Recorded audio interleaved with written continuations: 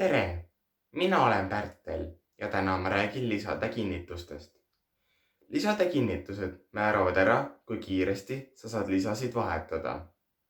Ma soovitan alati kasutada tüüblivabu ühendusi. Tüübleid võib olla raske kinnitada ja nad kuluvad kergesti. Lisaks võivad nad roboti külge kinni jääda, takistades uue lisa kinnitamist.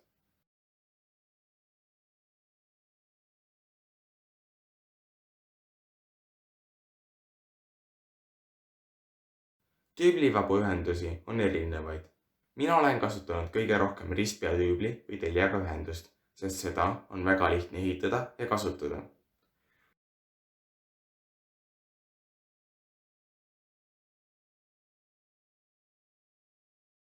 On olemas ka nii-öelda vaba ühendus, mis on lihtsalt millegi taga kinni ja liikuvaid osi pole. Olen kasutanud ka pulga taha keeramist, kus ma panen lisaroboti vastu ja keeran pulga kuskile taha kinni. Osade missioonide jaoks ei ole üldse lisasid vaja, näiteks majade lükkamiseks.